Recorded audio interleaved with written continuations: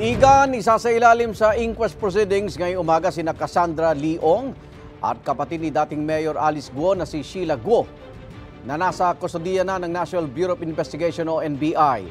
Ang mga detalye sa unang balita live ni James Agustin. James! Good morning. Bantay sarado ng mga tauhan ng National Bureau of Investigation yung Special Detention Room kung nasaan ngayon si Sheila Guo at si Cassandra Leong. Alas 10:22 kagabi nang dumating sa tanggapan ng National Bureau of Investigation sa Quezon City.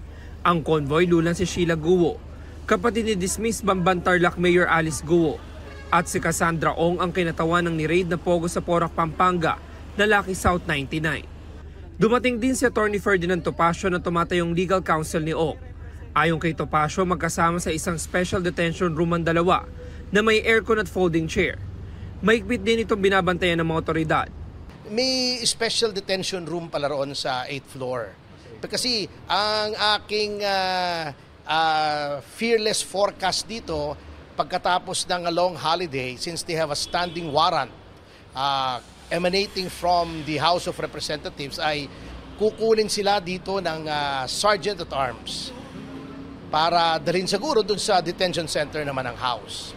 Sabi ni Topacio, maayos naman daw ang kalagayan ng kanyang kliyenteng si Ong na nagpabili pa raw ng face mask at pagkain. She's okay, she's in high spirits. She is convinced that she has done nothing wrong but to try to do legitimate business. Nakatakdang sumailalim sa inquest proceedings si Ong mamayang alas 8 ng umaga. Ang information na binigay po sa akin ay ang aking kliyente will be subject to inquest for obstruction of justice and harboring a fugitive daw. Saan po sila inquest, attorney? Either here or sa DOJ. Nauna ng kinwestiyon ni Topacio kung bakit sa kustodiya ng NBI mananatili ang kanyang kliyente. In my humble opinion, dapat talaga nag-take custody ang House of Representatives through the Sergeant at Arms. Ang problema, long weekend nagbakasyon na yata lahat ng mga kongresista natin So, nandito siya. Ayon pa kay Topacio, may sariling abogado si Sheila Guo na nakita niyang dumalaw din kagabi. Hindi na nakausap ng media ang tinutukoy niyang abogado ni Guo.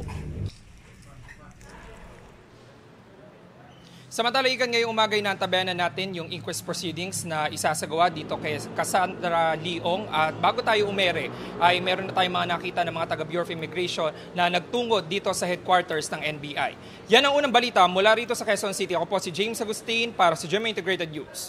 Igan, mauna ka sa mga balita. Mag-subscribe sa GMA Integrated News sa YouTube. Sa mga kapuso abroad, subaybayan nyo kami sa GMA Pinoy TV at sa www.gmanews.tv.